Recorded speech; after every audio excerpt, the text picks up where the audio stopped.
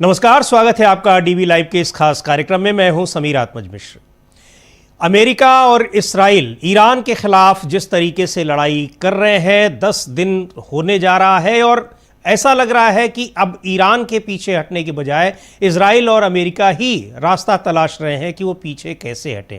यानी कुल मिलाकर ये लड़ाई अभी आगे खींचने की ही उम्मीद लग रही है, लेकिन कोशिशें हो रही हैं अमेरिका और इजराइल की तरफ से कि कैसे इसको इस लड़ाई से पीछा छुड़ाया जाए। हमले लगातार हो रहे हैं और इसका प्रभाव न केवल अमेरिका और इस्राइल पर पड़ रहा है, अमेरिका पर तो सीधे वहाँ नहीं पड़ रहा है, लेकिन अमेरिकी अर्थव्यवस्था पर, उनके जो सैन्य ठिकानों को नुकसान हो रहा है उस पर बहुत प्रभाव पड़ रहा है, सैनिकों की जान जा रही है। पर इसका पूरी दुनिया पर इसलिए प्रभाव पड़ रहा है कि तेल की कीमतों में ज़बरदस्त उछाल आ रहा है और दूसरी ओर अमेरिका के तमाम सहयोगी देश अमेरिका से दूरी बना रहे हैं, अमेरिका के खिलाफ नज़र आ रहे हैं। लेकिन ईरान इस मसले पर कहीं न कहीं पहले से ज़्यादा समर्थन पाता दिख रहा है। चीन अभी तक बहुत करीबी दोनों के बीच में रिश्ते रहे हैं, ईरान और चीन के बीच में, लेकिन चीन अभी तक खुलकर इस लड़ाई में ईरान के साथ नहीं दिख रहा है। हालांकि तमाम सपोर्ट सिस्टम उसको मुहैया करा रहा है, ये बातें पब्लिक डोमेन में है। रूस ने सीधे तौर पर समर्थन देने की बात कही है, पर चीन में जो अगर ईरान को अब तक खुलकर समर्थन नहीं दे रहा है, उसके पीछे क्या कुछ कारण है या फिर वो किस तरीके से समर्थन दे रहा है, इन तमाम मुद्दों पर बात करने के लिए हमारे साथ वरिष्ठ पत्रकार अनिल पांडे जुड़े हुए हैं। अनिल जी, आपका बहुत बहुत स्वागत है। अनिल पांडे जी बीजिंग में रहते हैं, वहाँ पर कई महत्वपूर्ण मीडिया संस्थानों के साथ उन्होंने काम किया हुआ है, काफ़ी दिन से बीजिंग में है। भारत में भी कई मीडिया संस्थानों में उन्होंने काम किया है। अनिल पांडे जी, सबसे पहले मैं यही जानने की कोशिश कर रहा हूं कि आखिर बेहद करीबी रिश्ते हैं चीन और ईरान के, सीधा बहुत व्यापारिक रिश्ते भी हैं और सामरिक रिश्ते भी हैं। अब तक चीन उस तरीके से ईरान के समर्थन में नहीं दिखाई पड़ रहा है जिस तरीके से एक मित्र देशों को होना चाहिए, क्योंकि ये तो ईरान के लिए तो एक आपात स्थिति है, ये उसके लिए तो एक मुसीबत वाली स्थिति है। जी समीर जी, धन्यवाद सबसे पहले। और जैसा आपने सवाल पूछा, आमतौर पर जो मैं इतने वर्षों से चीन में रहते हुए चीन को समझता हूँ, चीन आमतौर पर युद्ध की स्थिति होती है उसमें यूनाइटेड नेशंस में आमतौर पर चीन के जो नेता हैं या पक्षकार हैं बोलते हैं, या फिर अंतर्राष्ट्रीय मंचों पर युद्ध के खिलाफ बोलते हैं कि हमें शांति चाहिए, युद्ध नहीं चाहिए। और जैसा आपने बताया कि ईरान चीन का बहुत करीबी मित्र रहा है, और इसमें एक वजह मुझे जो समझ में आती है, चीन की ओर से कहा जा रहा है, जो यहाँ पर भी देखने में आ रहा है कि एक तो हमने देखा कि गल्फ जो कंट्रीज हैं उनके भी चीन के साथ बहुत अच्छे रिश्ते रहे हैं। आप समझते हैं कि चीन का उनसे भी व्यापार बहुत बढ़िया है और बहुत शानदार रिश्ते रहे हैं। तो ऐसे में मुझे लगता है कि चीन जो है एक बैलेंस, संतुलन बनाकर इस मामले में चल रहा है। और जैसा आपने बोला कि चीन और जो रूस हैं या फिर अन्य देश हैं, कुछ न कुछ तौर पर ईरान को मदद जरूर कर रहे हैं, लेकिन जहां तक खुलकर सपोर्ट करने की बात है, क्योंकि हम जान रहे हैं कि अभी अमेरिका के साथ भी चीन की वार्ता चल रही है और सुना है कि ट्रंप भी चीन आने वाले हैं, तो जाहिर सी बात है कि सब हर देश के अपने अपने हित जुड़े होते हैं। जैसा कि हमने भारत के मामले पर देखा कि भारत और ईरान के इतने मजबूत रिश्ते, लेकिन भारत पूरा पीछे हट गया इस मुश्किल की घड़ी में ईरान के साथ। लेकिन चीन ने कम से कम जो खामेनेई की मौत हुई है या उनको जो शहादत मिली है कह रहे हैं, या फिर हत्या की गई है, उसको लेकर शोक जताया, या फिर चीन की ओर से बयान तो जारी है और उन्होंने कहा है कि ये हमले नहीं होने चाहिए, लड़ाई रुकनी चाहिए। इसको लेकर चीन बार बार कहता रहा है, लेकिन हर देश के अपने हित जुड़े हैं। जैसे मैंने कहा कि जाहिर सी बात है कि उनको अभी दुनिया को लग रहा है कि शायद ये युद्ध थोड़ा और खिंचेगा, फिर हर कोई वेट एंड वॉच की स्थिति में है, मुझे लग रहा है अभी। जी बिल्कुल, हर कोई अभी देख रहा है कि क्या उसको करना चाहिए। भारत की आपने बात की तो भारत ने तो एक स्टैंड ही लिया है, ये कहा जाएगा, जो दिखाई पड़ रहा है कि वो अमेरिका और इजराइल के साथ खड़ा दिख रहा है। एक चीज़ और, उस पर हम लोग चर्चा काफ़ी कर चुके हैं, चीन का इन सब के बावजूद ईरान को समर्थन मिल रहा है। किस तरीके का सपोर्ट, चूँकि रशिया से उसको बहुत सारा सपोर्ट मिल रहा है, लेकिन क्या चीन दिखा नहीं रहा है, पर ईरान के साथ वो खड़ा है और ईरान को युद्ध सामग्री, सेना, इनके अलावा जो कुछ सपोर्ट चाहिए वो उसको क्या मुहैया करा रहा है, किस तरीके से उसको अपना समर्थन दे रहा है या उसके पीछे खड़ा है? देखिए समीर जी, पब्लिक डोमेन या फिर खुले तौर पर तो ऐसा कहीं पर भी चीन में कोई कहा नहीं गया है कि वे युद्ध में सहायता कर रहे हैं या फिर हथियार दे रहे हैं या फिर सैटेलाइट इमेजेस उनको उपलब्ध करा रहे हैं। लेकिन जो खबरें आ रही हैं, अपुष्ट खबरें हैं या फिर बाहर की मीडिया में आ रहा है कि चीन की ओर से भी शायद और जो रशिया की ओर से भी सैटेलाइट जानकारी, सैटेलाइट इंफॉर्मेशन ईरान को दी जा रही है। और जिस लिहाज से हम देख रहे हैं, क्योंकि ईरान के पास इतनी पुख्ता जानकारी जो अमेरिका के सैन्य ठिकाने हैं, जो पूरा गल्फ में फैले हुए हैं, या फिर जो भी इजराइल को लेकर भी जो है, उसके पास अपना सैटेलाइट, अपना सिस्टम इतना मजबूत नहीं है। तो जाहिर सी बात है उसको कहीं ना कहीं से मदद मिल रही है और ये उसके जो देश है, मित्र देश हैं, वो कहीं ना कहीं तौर पर इसे मुहैया करा रहे हैं। और जहां तक कि हमने हथियारों की बात देखी, ईरान पिछले 2 या 3 दशक से इस ऐसे माहौल के लिए खुद को तैयार कर रहा है। हालांकि मुझे लगता है कि कुछ देश, जिसमें रूस ने बिल्कुल खुल के उनका सहयोग की बात कही है, मुझे लगता है रूस भी उनको सपोर्ट दे रहा है, हथियार मुहैया कराने हो या फिर सैटेलाइट जानकारी देनी हो। लेकिन हमको ये समझना होगा कि ईरान इस मौके के लिए, या फिर ईरान को पता रहा है कि उसके साथ ये होने वाला है, तमाम सैंक्शंस को दशकों से झेल रहा है। और 1979 से हमने देखा कि अमेरिकन दूत भी वहां पर नहीं है। तो उनको एक लंबी तैयारी से इस दौर पर गुजरे हैं। जैसा कि खामेनेई की हत्या के बाद अमेरिका को लगा था कि 2 या 3 दिन में वो युद्ध वेनेजुएला की स्थिति पैदा कर देगा, लेकिन वो ईरान को कमजोर समझने की गलती कर बैठा है।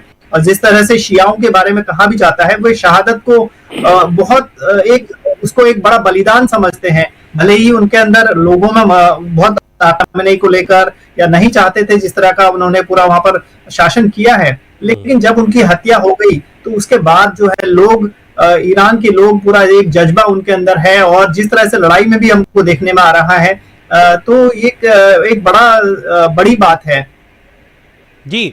अच्छा, इसको अगर देखा जाए चीन में, तो वहाँ किस तरह इस लड़ाई को लेकर, यानी जो अमेरिका और इसराइल ईरान पर युद्ध उन्होंने हमला किया है, फिर रिटेलिएट कर रहा है ईरान जिस तरीके से, इसको किस तरह से चीन में लिया जा रहा है, वहाँ की मीडिया और वहाँ का जो आम जनमानस है, उन दोनों के बीच में?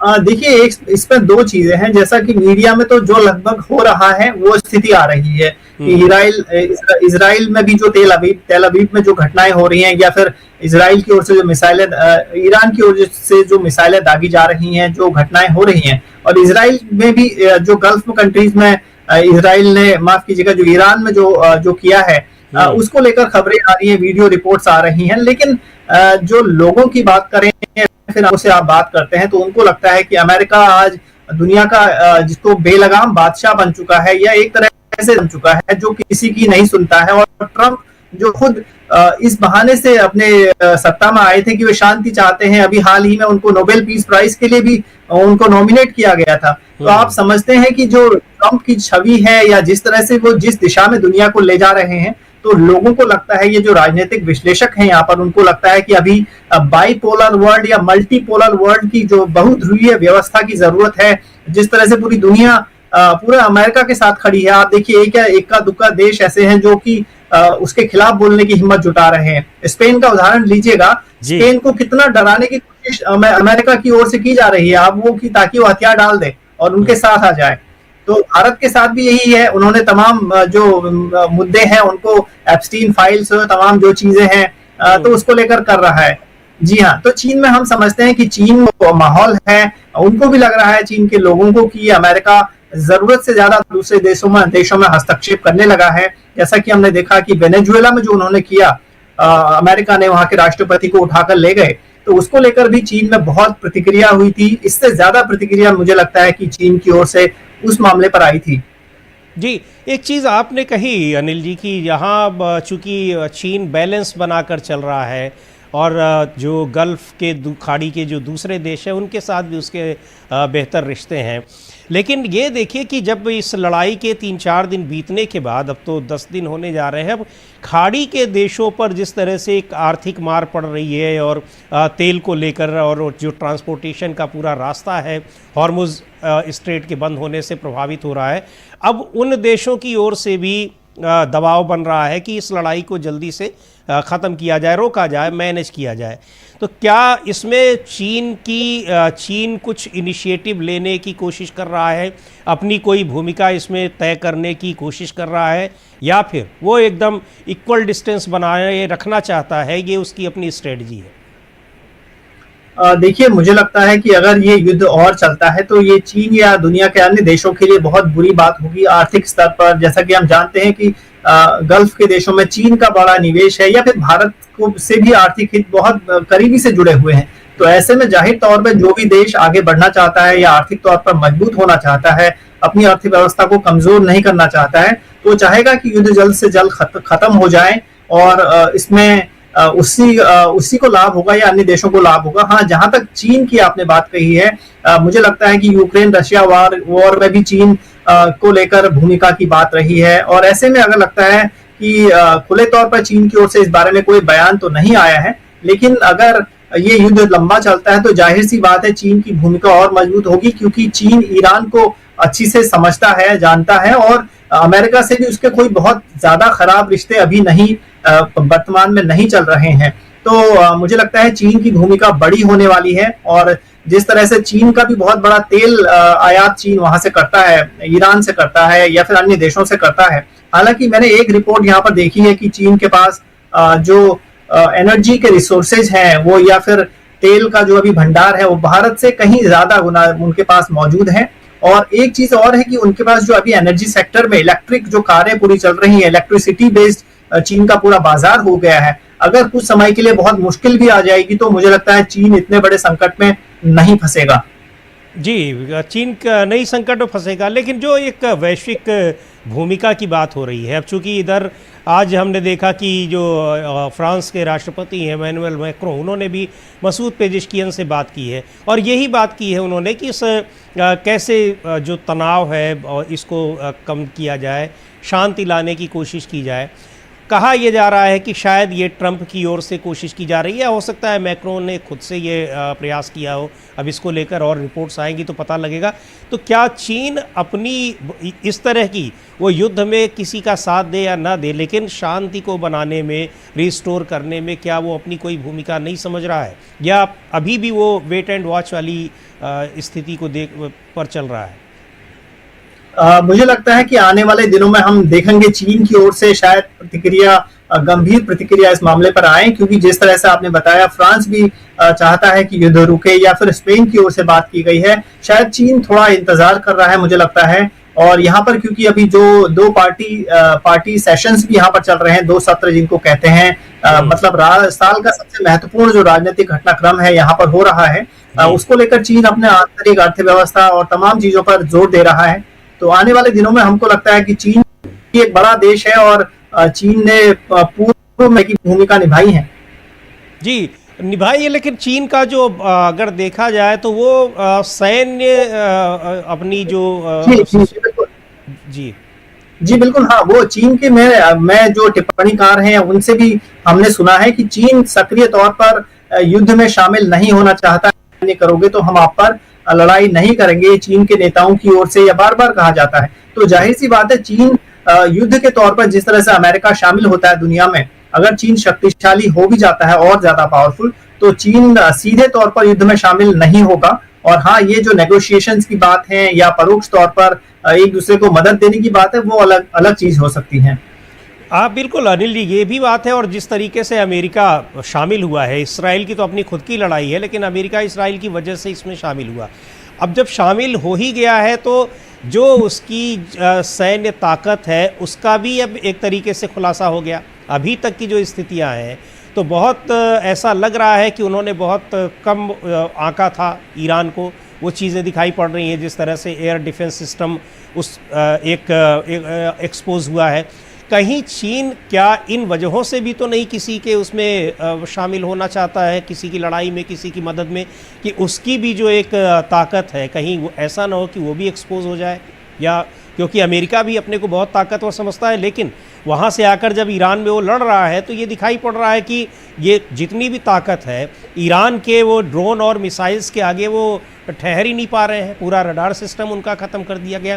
कहीं क्या चीन को इस तरह का भी डर, खतरा, आशंका रहती है क्या? डर खतरा तो नहीं कह सकते, लेकिन जाहिर सी बात है चीन भी अपनी सैन्य क्षमता को एक तौर पर कोई भी देश एक्सपोज उस तरह से नहीं करना चाहेगा कि जब वो सीधे तौर पर लड़ाई में शामिल नहीं है। तो जाहिर सी बात है कि हर देश चाहता है कि वो दुनिया में ऐसा दिखाए कि मजबूत है। चाहे अमेरिका की बात है, आपने खुद ही बोला कि ट्रंप तो ऐसे दावे कर रहे थे कि जैसा लग रहा था कि एक रात में ही उसको नेस्तनाबूद कर देंगे, लेकिन अभी वो घुटनों पर आ गए हैं। अब खुद कह रहे हैं सरेंडर कर दो, लेकिन ईरान तो उनके नेताओं के आप बयान सुन रहे हैं, जिस कॉन्फिडेंस के साथ वो बात कर रहे हैं। तो जाहिर सी बात है कि चीन भी मुझे लगता है कि इस बात को समझता है, या फिर चीन भी जानता है कि इस मौके पर वो मौका सही नहीं है उनके लिए सीधे तौर पर युद्ध में शामिल होने का, या फिर अभी चीन अपनी अर्थव्यवस्था को मजबूत करने पर ध्यान दे रहा है। हालांकि वो उनके नेता पूरा उनकी नजरें पूरी बनी हुई हैं, और वो खुद को भले ही सपोर्ट के तौर पर एक शामिल कर रहे हैं, लेकिन नहीं चाहते हैं कि अगर कोई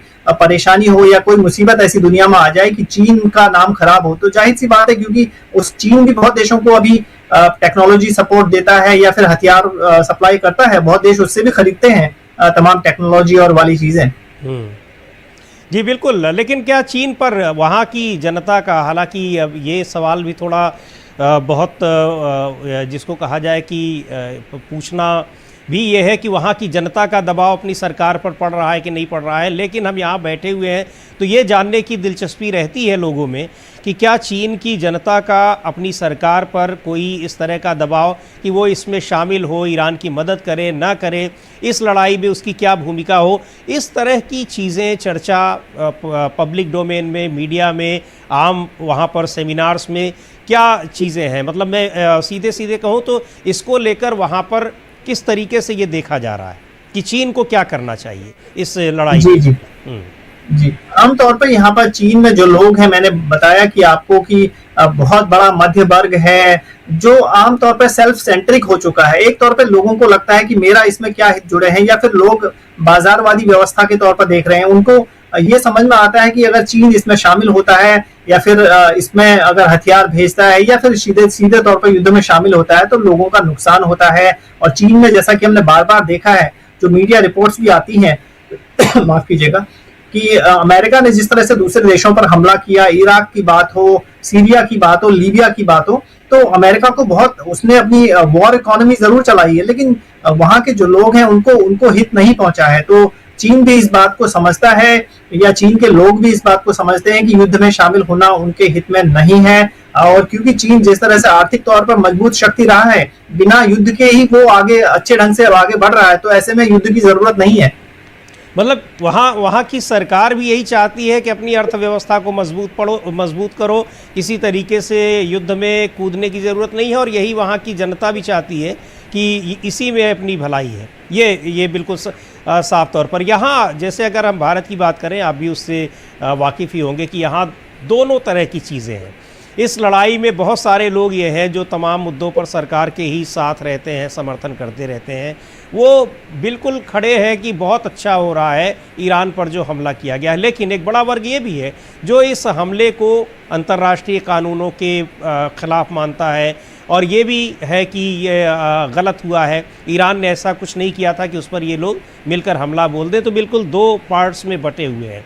वहाँ आपका कहना है कि वहाँ इस तरह का आम लोगों में, आम जनता में कोई विभाजन नहीं है, सरकार के साथ एकमत से लोग हैं कि अपने को चीज़ों से दूर। हाँ जी बिल्कुल, लोगों में जरूर सहानुभूति है। जिस तरह से मैंने आपको बताया कि अमेरिका की जो बादशाहत है, अमेरिका जिस तरह से दूसरे देशों के मामलों में हस्तक्षेप करता है, इसको आम लोग, इसको लेकर सोशल मीडिया या आम लोगों में बेहद नाराजगी है।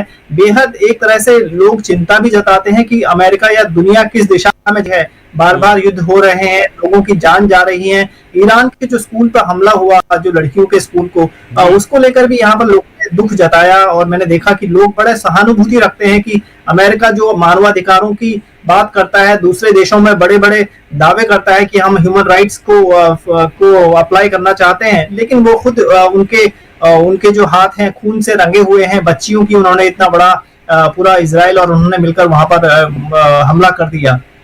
जी, तो ये सारी चीज़ें, अगर बात करें चीन के अलावा भी, तो वहाँ पर जो आसपास का वो पूरा क्षेत्र है वहाँ भी, और इस युद्ध को लेकर एक तरीके से आपका ये कहना है कि चीन में अगर विशेष तौर पर बात करें तो सिंपैथी, जो सहानुभूति है, वो ईरान के साथ है। और अमेरिका जिस तरीके से वेनेजुएला के बाद अब सीधे यहाँ युद्ध में कूदा है और अभी क्यूबा पर को धमका ही रहा है, यहाँ तो अभी ईरान में चल ही रहा है और क्यूबा को भी धमकी दे रहा है, तो इस चीज़ को लेकर वहाँ के अमेरिका के ख़िलाफ़ या ख़ासकर ट्रंप के ख़िलाफ़ एक माहौल बन रहा है। अब ये बात अभी जो मैंने कही, ये भी इस समय चर्चा का मुद्दा है।